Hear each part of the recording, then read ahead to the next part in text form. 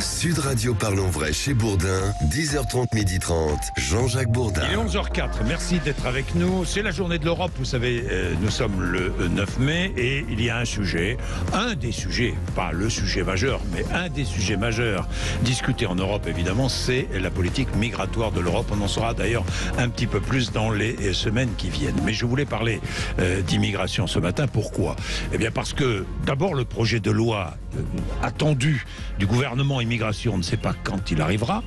Elisabeth Borne nous a dit bientôt, mais bientôt, avant l'été, après l'été, quand, on ne sait pas. Quel projet de loi, on ne sait pas non plus. Nous sommes donc dans l'incertitude.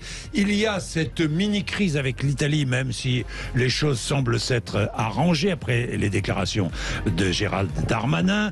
Il y a cette proposition du député Les Républicains Aurélien Pradié qui veut organiser un référendum d'initiative partagée sur l'immigration, mais c'est impossible constitutionnellement. Il y a la fameuse carte de séjour métier en tension. Où en est-on sur cette idée qui est approuvée par beaucoup de Français? J'ai vu les derniers sondages autour de l'immigration. Alors l'immigration, je vais aussi parler du Danemark puisque c'est la journée de l'Europe. Le Danemark qui a choisi une politique migratoire stricte au nom de la défense de son modèle social. Et ça, c'est très intéressant.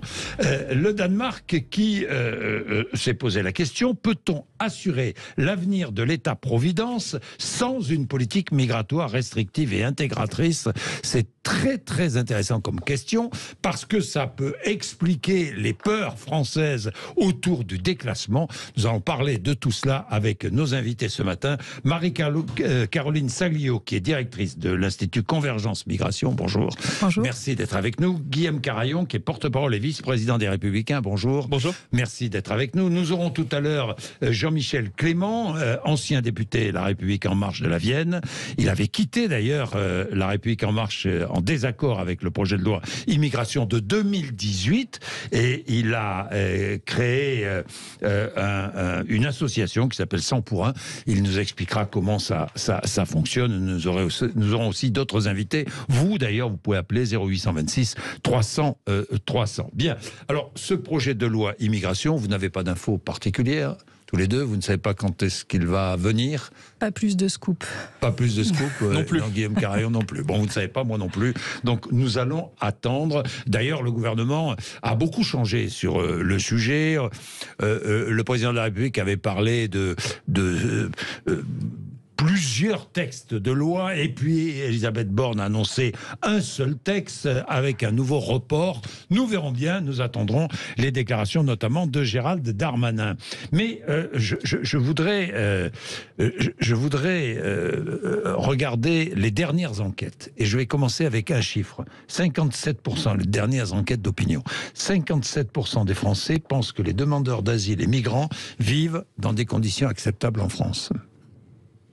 Est-ce que les migrants et demandeurs d'asile vivent dans des conditions acceptables? Marie-Caroline Saglio. Eh bien, merci beaucoup de me donner la parole autour d'un chiffre qui révèle bien finalement l'écart entre les représentations et la réalité. Et c'est tout le problème, entre autres, par exemple, de la recherche sur les migrations. Oui. Les chiffres des politiques et les chiffres des représentations aujourd'hui des Français sur la migration ne correspondent pas aux chiffres d'une recherche et des enquêtes qui tentent au plus près du terrain de voir ce qui se passe. Et aujourd'hui, il y a de fait non pas une crise de l'accueil, comme on l'a beaucoup dit, mais une crise des réfugiés, mais une crise de l'accueil. C'est-à-dire que les conditions d'accueil, les modalités d'accueil, la manière dont les personnes aujourd'hui immigrantes sont accueillies en France et vivent en France sont problématiques. Donc il n'y a pas, dites-vous, une crise des réfugiés. Non. En fait, il n'y a pas crise des réfugiés, ça veut dire il n'y a pas plus de réfugiés qu'avant en France. Il y a évidemment plus de réfugiés qu'avant. C'est une tendance naturelle. Et là, on pourra revenir sur les chiffres. Naturel.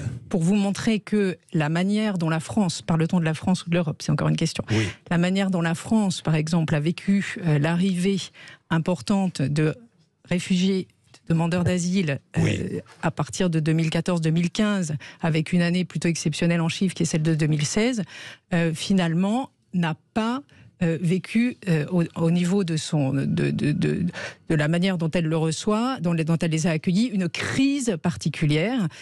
C'est plus de réfugiés, c'est des possibilités d'intégration qui étaient déjà présentes. Et en revanche, ce qu'on a vu, oui, c'est une dégradation très importante de l'accueil. De l'accueil. Alors, est-ce que la France, compte tenu de tout cela, doit instaurer une politique migratoire restrictive ? Oui ou non? Moi, je le crois bien sûr, et je crois que c'est la volonté du peuple. C'est quand même assez original de voir que la question migratoire, qui est pourtant une question essentielle dans la vie des Français, on le voit dans toutes les enquêtes d'opinion, où ils ont une position d'ailleurs qui est très claire, à peu près 60 à 70% des Français veulent une politique migratoire plus restrictive. Cette question-là, sur laquelle n'ont jamais été consultés les Français, ça illustre la déconnexion entre la volonté populaire et la volonté des élites qui mènent peu ou prou la même politique depuis des années, et particulièrement sous le quinquennat de François Hollande et d'Emmanuel Macron. Quelques chiffres qui illustrent l'immigration massive qui se réalise aujourd'hui. 325 000 titres de séjour ont été délivrés par les autorités publiques en 2022. C'est un record. Le précédent record, c'était déjà sous Emmanuel Macron. C'était en 2019. Et on était plutôt sur 279 000 titres de séjour. Sous Sarkozy, par exemple, pour comparer, on était plutôt sur l'ordre de 150 000 titres de séjour chaque année. Et ça, c'est sans compter l'immigration illégale, qu'on ne peut pas quantifier évidemment, mais c'est des dizaines de milliers de personnes qui arrivent chaque année. Et c'est sans compter les demandeurs d'asile.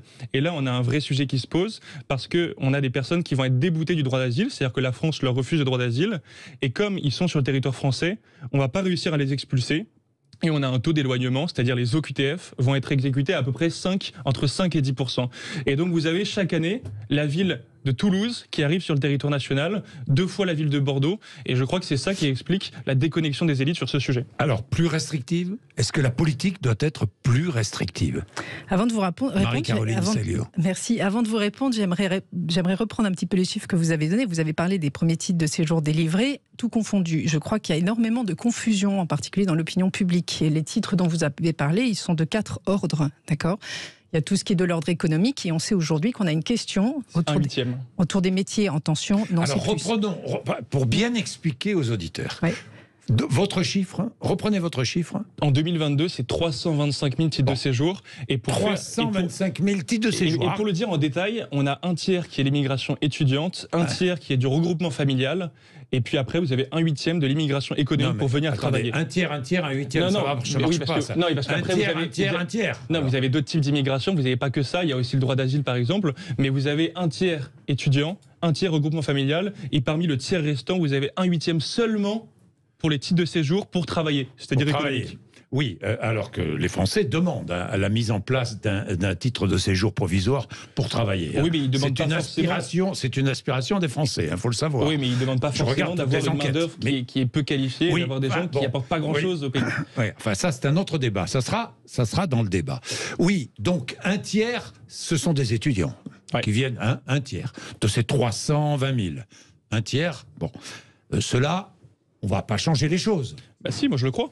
Vous pensez qu'il ne faut pas accueillir... ça fait un tiers, ça fait 100 000 étudiants, quoi. Moi, je crois qu'il faut restreindre évidemment le nombre d'étudiants qui viennent chaque année en France. L'année universitaire, vous savez combien elle coûte aux contribuables? Oui. 13 000 €. Oui. Vous savez combien payent les étudiants étrangers dans la plupart des facultés françaises? Par exemple, dans la mienne, celle où j'ai étudié à Paris 1, à la Sorbonne, ça coûte 300 €.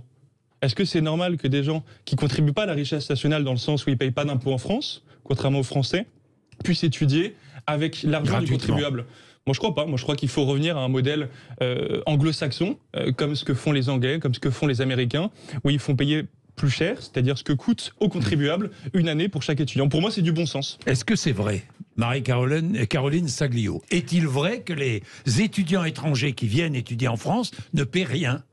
La problématique, presque rien. La problématique, pas du tout. Il y a eu un immense débat justement autour du relèvement des droits d'inscription à l'université, etc. Et moi, étant professeur d'université, c'est vraiment une question qui a été intime. Facultés n'appliquent pas la consigne nationale, qui est l'augmentation à 3 000 € par an.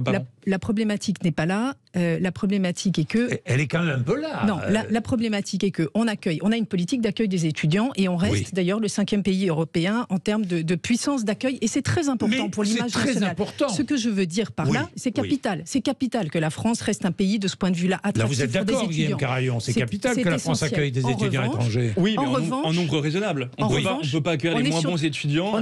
Ce n'est pas ça la question. La question pour les études, c'est qu'effectivement, et tout à fait normalement et de manière voulue par la France, on forme des étudiants. Ce qu'il faudrait, c'est justement être capable de retenir un peu plus d'étudiants qu'on a formés. Et une des vraies problématiques est là, c'est-à-dire ne pas laisser repartir des étudiants qui ont été formés et sur lesquels on pourrait ensuite mieux capitaliser. Oui, mais Marie-Caroline Sagliot, ces étudiants qui ont été formés en France et bien formés en France, il est logique qu'ils veuillent retourner dans leur pays pour participer à la progression de leur pays, non ? C'est évidemment...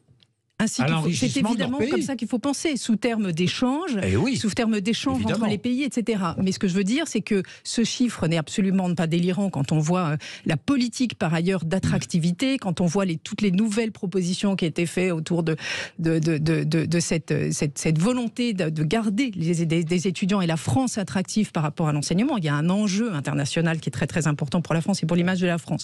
Donc moi, la question étudiante, elle ne me semble pas du tout de la même nature que les autres types d'immigration dont on a parlé, qui là sont au cœur de votre projet de loi, et c'est de celui-là qu'il faudrait parler, parce que là les chiffres sont faux. Bon, alors, un tiers, on oublie, on a parlé des étudiants. Alors, le second tiers...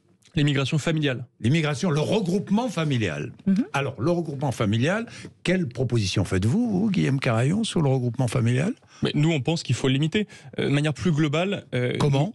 Nous, on va déposer, les députés des Républicains avec Éric Ciotti, qui l'a annoncé ce matin. Oui, j'ai entendu. Confrères de France Inter, vont déposer une proposition de loi constitutionnelle sur la base de l'article 89 de la Constitution, qui va permettre de freiner drastiquement la politique migratoire, c'est-à-dire les flux migratoires. Je parle du regroupement familial. Les flux migratoires, effectivement, ça participe. Ça passe notamment par la fin du regroupement familial. Alors, interdiction de tout regroupement familial. C'est-à-dire qu'un étranger, d'où qu'il vienne, vient travailler en France ou étudier en France, il n'a pas le droit de faire venir sur le territoire français sa copine, son épouse, ses enfants. On est bien d'accord. On va peut-être en parler, mais c'est précisément ce que fait le Danemark. C'est-à-dire qu'un ingénieur... Oui, je vais en parler. Non, mais je voudrais que les auditeurs comprennent bien. Un ingénieur américain qui vient en France ne peut pas faire venir sa famille. Vous êtes lucide quand même que l'immigration aujourd'hui dans votre pays, c'est pas beaucoup d'ingénieurs américains qui viennent en France. Je suis d'accord, ou un travailleur ou un travailleur étranger. Mais non, mais la vérité, un travailleur, je ne sais pas moi, chinois. La vérité, en fait, ce que ressentent, je pense, une grande majorité de Français, et ce que disent jamais les politiques, peut-être par tabou, c'est que on importe dans notre pays des gens qui ont très peu de compétences, qui sont en gros des bac-5, et on exporte des gens qui sont des bac+5, des talents. Moi, je l'ai vu à l'université. Oui. Des jeunes qui estiment qu'ils ne pourront pas s'émanciper dans notre pays et qui préfèrent aller finir leurs études ou aller travailler aux États-Unis, au Canada, en Angleterre. Moi, ça, je le vois. On a une vraie fuite des talents, des gens brillants qui pourraient s'émanciper en France et qui préfèrent partir pour aller vivre à l'étranger. Et vous avez dans le même temps des gens qui viennent dans notre pays et qui sont, pardon de le dire, mais très peu qualifiés. Très peu qualifiés. Et donc qui apportent moins à la richesse nationale. Et c'est pour ça que vous avez une surreprésentation des étrangers dans les prestations sociales. C'est pour ça que vous avez une surreprésentation des étrangers dans la délinquance, dans la criminalité, parce que c'est souvent des gens qui sont plutôt pauvres, modestes, qui viennent dans notre pays. Et forcément, quand on accueille des gens qui sont pauvres, modestes, on a du mal à les assimiler. Oui.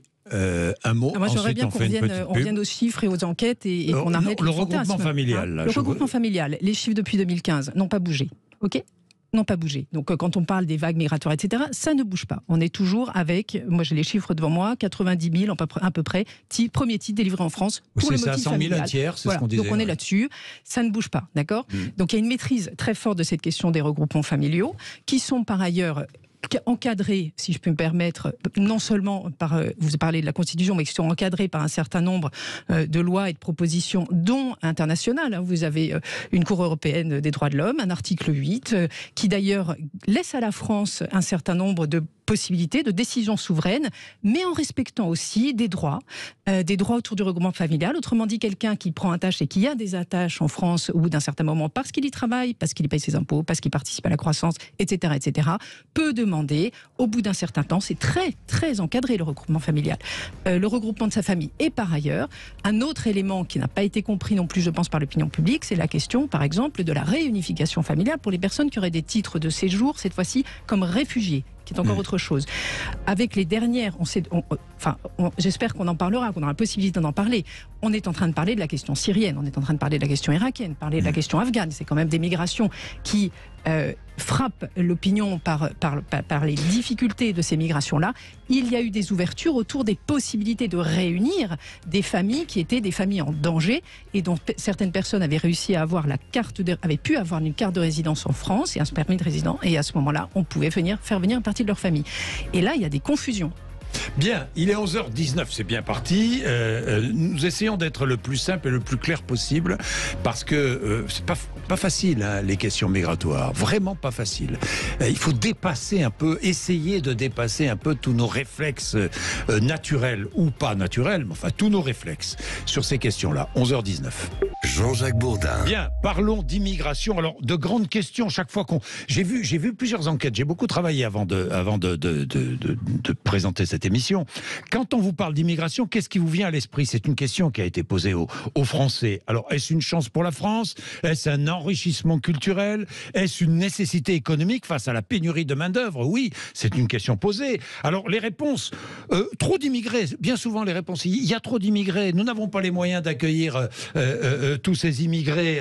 Et puis, l'immigration, ça veut dire violence, insécurité, terrorisme. Trop de droits accordés aux immigrés. Et je pose la question qui finalement est la question fondamentale. Peut-on assurer l'avenir de l'État-providence? Nous défendons notre État-providence, comme les Danois. Et je viendrai tout à l'heure à l'exemple danois. Nous défendons notre État-providence. Alors peut-on assurer l'avenir de l'État-providence sans une politique migratoire restrictive et intégratrice? Vous en pensez quoi? Est-ce qu'on peut? On peut, Marie-Caroline Saglio? On le peut en assurant une politique intégratrice. La deuxième partie de votre phrase me paraît absolument essentielle, et en encadrant un certain nombre de choses.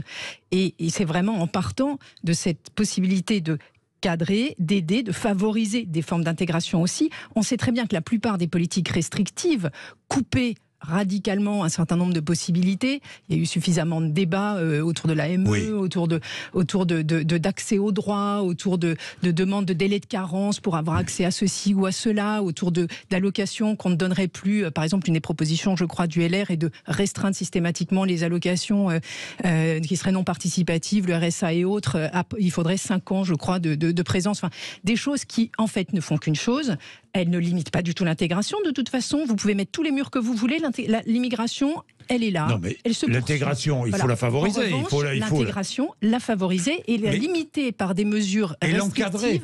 Et l'encadrer. Oui. Et donc, l'encadrer. C'est ça que je veux dire. C'est-à-dire restreindre, non. Encadrer, oui, évidemment. C'est une obligation. Parce qu'aujourd'hui, ça ne fonctionne pas, l'intégration en France. Non, ça fonctionne mal. Ça fonctionne mal. Ça fonctionne à divers degrés. Heureusement, vous avez aussi une population qui est très bien intégrée. Donc, on oublie aussi qu'il y a une migration à force de débats négatifs. Mais ce que je veux dire, c'est qu'il y a évidemment une nécessité, et finalement toutes les formes d'intégration sont des formes d'intégration positives, c'est-à-dire en ne mettant pas donc encore plus de précarité des populations qui sont sur le territoire, en les aidant à être le plus légal possible, en les aidant aussi à participer au travail et à la croissance, enfin tout ce qui pourrait être favorisé par une politique d'encadrement et d'intégration. Ouais, Guillaume Carayon. Ce que je vais vous dire, et je pense que c'est aussi le sentiment des auditeurs de cette radio qui nous écoutent, c'est que ce langage-là, un peu techno, sur oui, ça peut être une chance, immigration, à condition qu'on intègre, donne bonnes conditions, mais c'est ce qu'on entend depuis toujours. Moi, j'ai grandi avec ça. C'est toujours les discours que j'ai entendus. Prenez les chiffres. Aujourd'hui, la participation est positive. J'ai toujours entendu ça. Financièrement, en termes de finances publiques. Les gens, ils vous répondent juste, maintenant, ras-le-bol. Non, ce que en vous termes avez de dit, finances ce que vous publiques, faites la depuis des années, participation est positive. ça ne marche pas, ça ne fonctionne pas. Et c'est les retours des enquêtes d'opinion qu'on a. Ça ne fonctionne pas. Franchement. Le système danois, vous le disiez on va en parler du système danois après l'admis. En tout cas, ce que je veux juste vous dire, c'est qu'on a aujourd'hui une question qui est d'arithmétique. On a 67 millions d'habitants en France. On a un État qui est social, qui est providence, qui permet d'assurer à des gens qui trébuchent pendant leur vie d'être relevés par l'État et de pouvoir être réincités à trouver un boulot. Et ça, c'est une énorme chance qu'on a en France. Évidemment, il ne faut pas le remettre en question. En revanche, et ça c'est de l'arithmétique, si on augmente le nombre de prestataires sociaux, le nombre de gens qui vont bénéficier des prestations sociales, eh bien les Français qui sont là, qui payent pour ça chaque année, qui payent des impôts très importants. Il y a 45% de prélèvements obligatoires, c'est le même niveau qu'au Danemark. Eh bien on doit faire comme le Danemark, c'est-à-dire couper court et arrêter on de va faire revenir venir énormément de gens. Mais on touche le fond, parce que beaucoup parlent de grand remplacement. En fait, le problème, c'est pas le grand remplacement, c'est le grand déclassement. Exactement. C'est-à-dire que Permettez-moi de répondre les à ce Français qui vient d'être d'origine dit. ont peur d'être déclassés, non? Alors, ils ont cette peur. On est dans le fantasme. Peut-on revenir sur les chiffres? C'est pas toujours du fantasme. Je reviens. Le poids de l'immigration sur les finances publiques, la participation générale. Je vous demande d'aller regarder un petit peu ce qui se fait quand même c'est ce que vous nous dites depuis 40 ans. Les gens ont la preuve sous leurs yeux que c'est pas le cas. Mais la preuve où on a aujourd'hui, si vous calculez la part... Mais allez porte de la Chapelle, allez voir les migrants qui dorment sous les ponts. Vous nous dites qu'il faut en accueillir de plus en plus et vous les accueillez dans des conditions qui sont inhumaines. Les conditions inhumaines, je suis absolument d'accord. Mais une fois que vous avez des personnes sur les territoires et qu'elles n'en repartiront pas, toutes les politiques... Mais il ne faut pas les accueillir chez nous. Une fois que les migrants rentrent en Europe, ils restent en Europe. Vous avez rappelé tout à l'heure... C'est une certitude. Dans ce cas-là, il ne faut pas les accueillir. Vous me laissez parler? Je vous ai laissé parler. Toutes les politiques d'éloignement au QTF et d'autres, vous avez rappelé le pourcentage. Ça ne fonctionne pas. On peut mettre tous les murs qu'on veut, ça ne fonctionne pas, ça crée encore plus de morts aux frontières et à la Méditerranée. Vous faites partie d'un mouvement de fond aujourd'hui et la France ne subit pas, contrairement à ce qu'on dit, plus que les autres et beaucoup moins. Attention, la question des réfugiés climatiques est complètement différente. Il faut arrêter parce que la France, c'est pas le pays. Non, c'est pas le pays qui attire le plus aujourd'hui, le plus de migrants en Europe. Il y a d'autres pays qui sont plus attractifs que la France. On est peu attractif et on se retrouve dans la moyenne européenne. Donc on arrête. On est dans la moyenne européenne. On est absolument en chiffre dans la moyenne européenne. Ce que je veux dire, c'est quand on regarde le poids de l'immigration sur les finances publiques, il y a une contribution positive. C'est quand même bon à savoir. Autrement dit, ce que rapporte un migrant et le peu qui sont aujourd'hui légalisés, mais qui arrivent, qui rapportent, qui arrivent à contribuer d'abord comme travailleurs, mais aussi comme consommateurs, il ne faut peut-être pas l'oublier, qui payent des loyers, etc., sont aujourd'hui, c'est positif par rapport à tout ce qu'il coûte. Ce qu'il coûte, évidemment, en termes de contribution sociale, etc. Pourquoi? Eh bien, parce voir le résultat de cette enquête. Vous allez sur Desinfox Migration, vous allez sur le site de l'Institut Convergence Migration, et vous allez trouver toutes les dernières enquêtes du CEPI. Vous connaissez le CEPI, c'est probablement le meilleur laboratoire aujourd'hui qui travaille directement avec le gouvernement sur les questions du travail. Et donc le CEPI, moi, je pense que la politique du gouvernement, elle va pas dans le bon sens.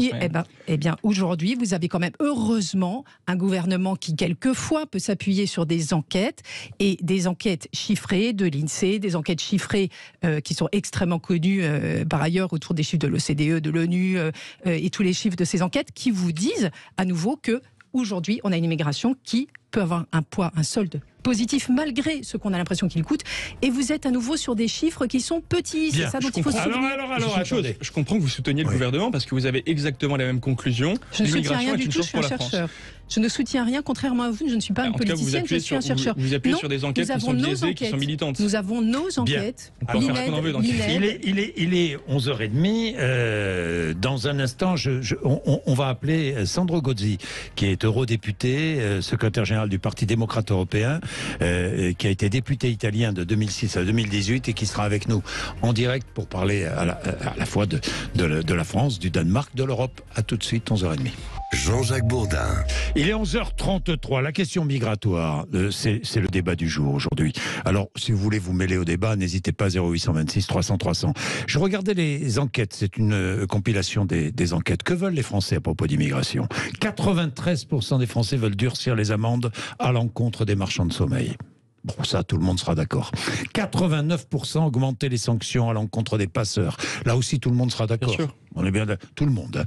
83% des Français veulent conditionner l'obtention et le maintien d'un titre de séjour au respect des valeurs de la République. Je m'arrête là-dessus.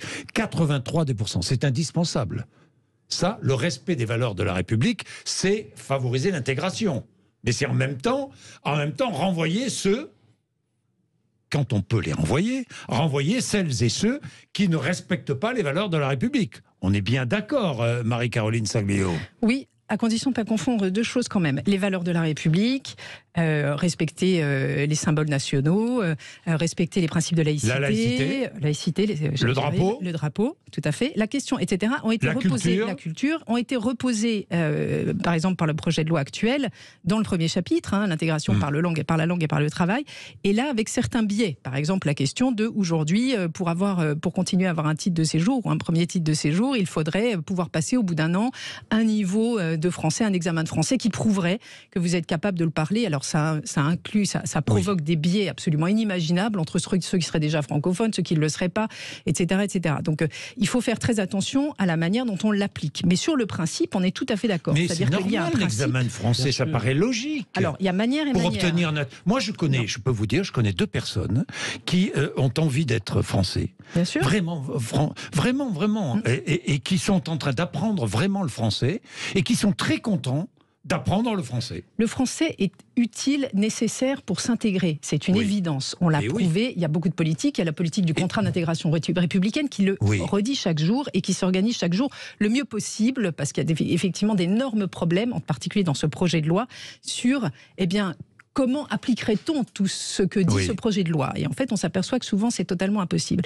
Là où je reviens sur cette question du français, c'est qu'aujourd'hui, on demande un certain niveau de français, évidemment, pour la naturalisation. En revanche, pour les premiers titres de séjour, qui sont des titres annuels qui vous permettent d'entrer, etc., ou bien pour les titres pour avoir un titre de réfugié, etc., on est beaucoup plus souple, parce qu'il faut des formes de flexibilité. C'est-à-dire, vous avez des personnes un Afghan ne parle évidemment pas français comme un Guinéen. Mais il faut faciliter l'apprentissage du français, quel que soit le métier exercé. Ça, c'est fait. C'est dans toutes les volontés. Ce que je veux dire, c'est que le projet de loi là-dessus a été épinglé quelque chose qui a finalement restreint, ça a fait un objet de tri.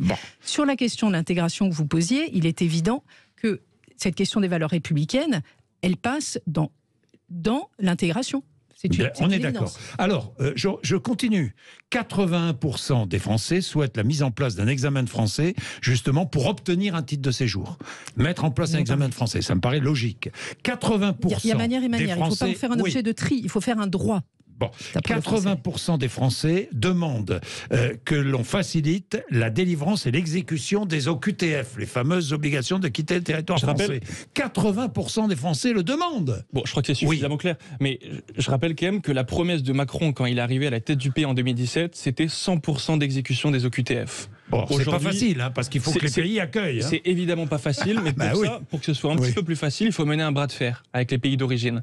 Ce qui se passe, c'est que vous avez, et Éric Ciotti, il était au Maroc il y a quelques jours pour rencontrer le Premier ministre, il faut obtenir de ces pays d'origine des laissez-passer consulaires. Ce précieux sésame que vous obtenez en mettant en place un rapport de force avec les pays d'origine, en menaçant par exemple de supprimer l'aide au développement, en menaçant de restreindre le nombre de visas que la France délivre. Si vous ne faites pas ça, on arrive à des chiffres qui sont ridicules, c'est-à-dire par exemple pour l'Algérie, 0,1% des OQTF qui sont exécutés. L'Algérie délivre 0,1% de laissez-passer consulaires. Ils se moquent de nous et le gouvernement français se fait piétiner à la fois par l'Algérie, à la fois par le Maroc, parce qu'ils ont réussi à se brouiller avec les deux. C'est un exploit d'Emmanuel Macron. Alors je finis sur cette enquête, parce que laissez-passer consulaire. Oui, laissez-passer consulaire, très vite. Alors. Oui, en fait, j'ai envie de dire que là, le problème, il est ailleurs. La question, c'est la diplomatie internationale de la France, par exemple, et sa présence en Afrique. C'est intéressant, vous avez donné le chiffre de l'Algérie, le chiffre de la Mauritanie, c'est 11%, alors que vous avez d'autres pays, par exemple la Bulgarie, c'est 100%, ça ne pose pas de question. Donc ce que j'ai envie de dire, c'est que là, la question, elle est tout à fait ailleurs. Pour faire exécuter les OQTF, c'est qu'est-ce qu'on fait ? Et qu'est-ce qu'on fait ?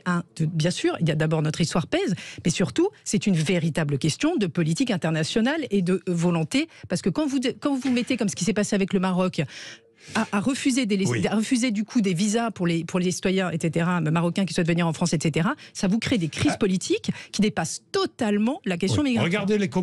Regardez les Comores. Vous savez quel est le chantage du président comorien aujourd'hui ? Il dit, c'est très bien. Bon, vous voulez vous opposer à nous, vous Français ? C'est très simple, nous on se tourne vers la Russie et la Chine. Les enjeux dans l'océan Indien sont terriblement importants. Donc, c'est vrai qu'au niveau politique étrangère, c'est extrêmement difficile à gérer. C'est évident. Alors, je continue ma petite liste. 74% des Français veulent la création d'un titre de séjour spécial pour les personnes exerçant un métier en tension. 74% des Français. Vous vous y opposez ? Vous, Guillaume Carayon, oui. Moi, je crois qu'au lieu de penser à créer une nouvelle filière d'immigration légale, c'est-à-dire transformer une filière d'immigration illégale en une filière d'immigration légale, je termine. Oui. Il faut d'abord penser, et là je pense que les Français seront d'accord avec ce que je vais vous dire, à réguler les flux migratoires. C'est-à-dire que on a, je l'ai dit tout à l'heure, mais on a 325 000 premiers titres de séjour. En même temps. C'est ce que je ne comprends pas en France, c'est qu'on n'arrive pas à concevoir une politique migratoire globale. On va faire juste la seconde solution, on va pas faire la première, et c'est ce qu'on fait depuis 40 ans. C'est pas la bonne solution. Le but, évidemment, vous avez en fait, on parle de métiers en tension, typiquement de gens qui travaillent dans la restauration, qui ont un travail qui est extrêmement précaires, qui n'ont pas de contrat de travail, qui ne sont pas protégés par le droit social. Alors oui, pour eux, évidemment, on pense que... Mais dans les hôpitaux, par exemple, dans les hôpitaux, on a tellement besoin... Mais ça, c'est un faux sujet. Mais on parle de quelques dizaines de milliers de personnes. La réalité, c'est surtout le flux immense qui arrive chaque année. Réglons d'abord le problème central avant de régler le sujet d'un huitième. Là, on a parlé de un huitième de ces flux, c'est pour venir travailler. Est-ce qu'on ne peut pas tout régler parallèlement? Ce serait l'idéal. Non seulement est-ce qu'on ne pourrait pas, mais il faut évidemment. C'est une évidence. Ça me paraît évident. Et par ailleurs, vous parlez, excusez-moi, on parle effectivement de peu de personnes parce que le projet de loi est rikiki, j'ai envie de dire, par rapport à la réalité. La réalité, ce sont des secteurs immenses en tension, toute la construction, tous les métiers autour de l'aide aux soins et de la personne. Vous avez parlé de la restauration, etc. Vous avez voilà, tout ce qui est service qui est immense aujourd'hui, où le citoyen français ne souhaite pas nécessairement travailler, et du coup on a cet appel aujourd'hui des employeurs, cet appel du patronat qui vous dit, je rappelle ce que vient de dire Nicolas Dufourcq. Les Français ne veulent pas le faire, donc on laisse les gens là-bas le faire. Mais attendez, 74% veulent la création de ce titre de séjour. Les Français le souhaitent, ils manquent des gens. Rappelez-vous de la crise du Covid. Les 10 chiffres juste avant vous montraient qu'ils ne souhaitaient pas ce que vous voulez. La crise du Covid a rappelé à quel point ces populations étaient importantes. Je voudrais juste rappeler qu'on est dans une situation de désindustrialisation, qu'il y a eu un appel récent pour qu'on ait plus de personnes dans les métiers en tension et dans une France qui désindustrialise, et que heureusement qu'on a une population qui peut participer à la Sandro Gozzi est avec nous, bonjour. Merci. Bonjour. Merci d'être avec nous. Alors, je disais, on prenait l'exemple du Danemark, et je posais la question. Si le Danemark a mis en place une politique dissuasive en matière d'immigration, n'est-ce pas pour défendre le modèle social danois, Sandro Gozzi? Sans doute, il y a aussi la nécessité de garder un modèle social qui est en difficulté au Danemark comme ailleurs. Oui, après, comme ailleurs. À la lumière aussi des chiffres que vous avez donnés, il faut voir si l'immigration est un problème pour le modèle social ou est aussi une façon de contribuer à la durabilité du modèle social. Les chiffres, si on parle des chiffres, après, vous savez, l'immigration, c'est un sujet extrêmement émotionnel. Et donc, parfois, les chiffres ne suffisent pas à régler les débats publics. Mais les chiffres en France, comme en Italie, comme je crois en Danemark, dit le contraire. Dit que les migrants réguliers, les migrants intégrés, sont aussi un avantage pour les modèles sociaux et pour les marchés du travail. Vous avez rappelé ce que les patronats dans tous les pays européens nous disent. La question, c'est tout ce qui est clandestin et régulier. Le cœur du problème, selon moi, de l'immigration, c'est exactement comment on reprend les contrôles sur tout ce qui est clandestin et irrégulier. Voilà, sur l'immigration irrégulière et clandestine. Alors, Sandro Gozzi, que prépare l'Europe, là? Parce que on attend, là, je crois qu'il va y avoir des annonces bientôt. Au Parlement européen, il y a deux semaines, on a adopté un pacte pour l'asile et l'immigration que maintenant nous allons discuter avec les gouvernements, avec les États. Et ce pacte nous donne la possibilité en tant qu'Européens justement de reprendre les contrôles et donne réponse à plusieurs sujets que vous avez évoqués il y a quelques minutes. Donne des réponses à la nécessité d'utiliser les poids économiques de l'Europe pour obtenir plus de coopération avec les pays d'origine sur la gestion des flux et aussi sur les retours de ceux qui n'ont pas le droit à rester en Europe, parce que tous les pays européens ont des problèmes en tant que, disons, États séparés. Mais l'Europe peut exercer un poids considérable avec son budget pour le développement vis-à-vis des pays d'origine. Il y a une gestion plus efficace des frontières externes et aussi des engagements plus importants de la part des pays de premier accueil pour éviter ce qu'on appelle les mouvements secondaires, pour éviter que, une fois qu'un migrant arrive en Espagne, en Italie, on tourne les dos et on le laisse arriver aux Pays-Bas, en Allemagne, en France. Donc, si vous voulez, c'est un paquet qui va absolument dans la bonne direction. Oui, mais Sandro Gozzi... de la lutte contre les flux irréguliers. Mais Sandro Gozzi, que peut faire l'Europe, justement, pour pousser des pays partenaires de l'Europe à accueillir ces migrants que les pays européens ne veulent plus accueillir sur leur sol? Tout d'abord, si un pays européen n'évoque plus un migrant, c'est parce que cet individu n'a pas de titre à rester sur le territoire européen. On est d'accord, mais encore... Il n'a pas un contrat de travail, ou tout simplement n'a pas le droit... Alors, mais en quoi l'Europe est plus influente que par exemple, une nation comme la France? L'Europe est plus influente avec les visas, avec les accords commerciaux et avec les budgets pour le développement. Voilà. Avec les visas, parce que nous pouvons dire aux pays d'origine, si vous vous engagez à gérer ensemble des flux réguliers, économiques, des recherches, des ingénieurs, et nous, en échange, on vous donne plus de visas chaque année. Donc on utilise les visas pour obtenir une coopération et une gestion des flux d'une façon beaucoup plus contrôlée, beaucoup plus régulière. On peut utiliser les accords commerciaux. Il faut utiliser beaucoup plus cette clause de coopération migratoire qu'on a mis dans le passé dans les accords commerciaux, mais qu'on n'a jamais activé. Il faut être beaucoup plus exigeant dans la clause de coopération migratoire, dans les accords commerciaux que nous faisons, et nous sommes les premiers marchés au monde.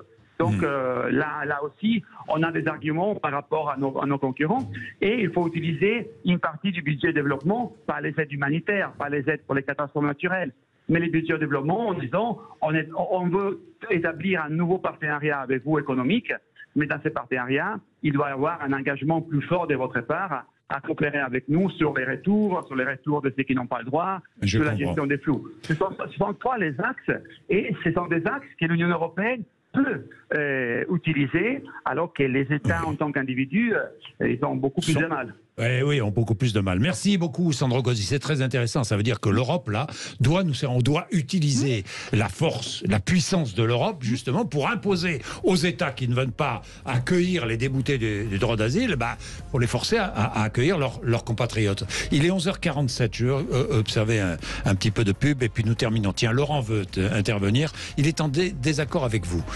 Laurent, avec vous, Marie-Caroline Saglio. Nous allons voir ce qu'il dit. À tout de suite. Jean-Jacques Bourdin. Nous terminons avec cette heure qui a été consacrée à l'immigration et qui est consacrée à l'immigration avec un témoignage de Laurent. Vous savez que nos auditeurs sont prioritaires. 0826 300 300. Laurent, bonjour.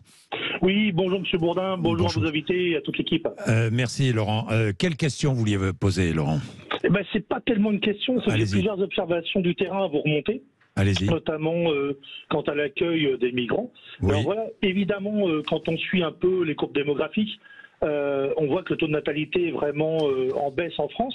Du coup, on a besoin de ces populations pour augmenter évidemment le nombre de, entre parenthèses, cotisants pour préserver notre France, notre système par répartition, etc. etc. Oui. Voilà. Cela dit, Madame votre invitée, Marie-Caroline Saglio, allez-y Laurent. Merci. Évoquer quelques trucs, notamment que l'accueil n'était pas bon pour les migrants en France. Il se trouve que j'habite dans les environs d'une ville de Charente qui s'appelle Ruffec. Vous pouvez trouver trace dans la presse. Et en fait, il y avait une maison de retraite avec 70-80 résidents. Et du jour au lendemain, sans demander l'avis des familles, ça fait un gros bruit à l'époque, ces résidents, dont certains étaient là depuis des années, ont été expédiés dans les départements limitrophes de la Vienne, de Deux-Sèvres et dans toute la Charente, et les familles étant averties après. soi-disant que la maison de retraite avait été déclarée insalubre, pas en état, etc., etc. Et bizarrement, moins de 3 mois après, sont arrivés l'équivalent en migrants, migrants non politiques, mais plutôt économiques, et sans leur famille, évidemment. Et comme par hasard, la maison de retraite s'est retrouvée aux normes. Bizarrement, des lits, des matelas, des cuisines sont arrivés par camion entier. Je vous dis, j'habite à côté, ça a fait gros bruit. Laurent, allez-y vite parce que le temps presse. Voilà. Donc là, je ne suis pas d'accord là-dessus. On accueille très bien les migrants. Ça dépend où. Laurent, vous savez, tout le problème, c'est qu'on ne peut pas dire on accueille très bien, on accueille très mal. Mieux que certaines personnes nécessiteuses. Certaines personnes nécessiteuses qui vivent chez nous. D'un autre côté, aussi, l'appel d'air créé par le manque de main-d'œuvre en France. Je pense qu'on devrait s'inspirer non pas des pays du Nord, mais de certains pays de l'Est. À un moment donné, on supprime les aides des gens qui ne veulent pas bosser. Est-ce que vous savez quels sont les 2 pays d'Europe et de l'Est, notamment, où on accueille le plus de migrants? La Russie et la Hongrie. Et tout à fait. J'ai vu ça aux dernières... Alors, je vais vous dire, ces pays-là ne manquent pas de main-d'œuvre. Il y a du boulot. Et ils ont une politique qui est complètement différente de celle de la France. Et c'est pour ça que je vous l'évoque. Il faut peut-être appliquer, non pas la politique des pays du Nord, des pays scandinaves, mais celle des pays de l'Est, qui, eux, incorporent et ont une facilité d'incorporation de tous ces gens-là. Incorporent, je ne sais pas, mais dans tous les cas, ont besoin de main-d'œuvre. Mais tout à fait, mais notez, s'il vous plaît. Regardez dans les pays du Golfe. Puisqu'on parle de migration, regardez dans les pays du Golfe qui travaillent dans les pays du Golfe. C'est pas pour ça que l'exemple doit être suivi, sur les conditions de travail ou autres. On est bien d'accord. Néanmoins, c'est une évidence économique. Oui. J'ai parlé de crise de l'accueil. J'ai pas dit qu'on accueillait mal partout. C'est pas du tout la question. Ça dépend complètement de là où on est. Vous prenez un exemple par ailleurs qui aurait presque pu être tourné à l'inverse, c'est-à-dire finalement, vous avez un endroit insalubre, on peut le repasser aux migrants. Enfin, moi, je ne connais pas votre accueil particulier. En revanche, cette question-là, en revanche, ce qu'on a vu, c'est beaucoup de lieux où effectivement il y avait des tensions. Je reparle de Calac, Brière, etc. C'est-à-dire des lieux où effectivement il y avait une tension par rapport à la population, parce qu'on avait l'impression que ces futurs lieux d'accueil, alors en l'occurrence, c'était plutôt pour des migrants politiques, mais pouvait être un problème pour des populations qui ne voulaient pas les voir. Donc, ce que je veux dire, c'est juste, puisque je suppose que j'ai 50 secondes. Aujourd'hui, il y a une nécessité absolue de revenir à une politique globale d'accueil. D'accord ? On est avec cette obligation. Toutes les politiques les plus sécuritaires ont été des échecs, oui, effectivement. Empêcher les personnes de passer, les déclasser, les précariser, etc. Ne pas favoriser finalement les politiques intégratives. Donc il faut pouvoir cadrer ça. Et ça veut dire aussi au niveau du gouvernement et au niveau de la réflexion, travailler de manière interministérielle avec tous les ministères. Vous savez sans doute qu'aujourd'hui, la question de la migration est une question purement sécuritaire. Alors je voudrais simplement terminer avec le Danemark. Toute peine de prison, même avec sursis, empêche définitivement l'accès à la nationalité danoise. Ça, il faut le savoir. Demande d'asile. Les demandes d'asile sont externalisées et traitées dans des pays tiers. Et, le Danemark va se retrouver avec un problème démographique et un problème économique. Alors, le Danemark, 5 800 000 habitants, incomparable avec la France. 11,7% d'habitants d'origine étrangère. Un tout petit pays qui vit aussi une crise démographique. Le modèle danois, je vais expliquer ce que c'est, parce qu'on y souscrit à 100% aux Républicains. C'est 1, réduction drastique des flux migratoires. 2, un programme d'intégration exigeant. Et je dirais même plus qu'intégration, assimilation. À Rome, fait comme les Romains. En France, ça doit être pareil. Et puis, c'est un accès à la nationalité qui est rendu plus difficile. Ça ne doit pas être simple, ça ne doit pas être un claquement de doigts que de devenir français. Il faut aimer ce pays, il faut parler cette langue et il faut être prêt à s'y assimiler. C'est ça les conditions pour devenir français. Et vous parlez de il faut, et moi je vous parle d'une réalité économique et démographique. Bon, que pensent les gens. On n'a pas fini avec... On reviendra sur les questions migratoires, évidemment, dans de prochains débats, parce que ça va revenir sur le tapis. Vous avez votre avis, vous le donnez, vous le savez, vous participez, merci. Je suis très content d'organiser ces débats, parce qu'au moins on peut réfléchir à ces questions essentielles. 0826 300 300 pour intervenir. Nous allons parler de toute autre chose. Nous sommes le 9 mai, et en Russie on commémore la victoire contre l'Allemagne nazie le 9 mai. Nous allons en parler après les infos de midi, il est 11h57.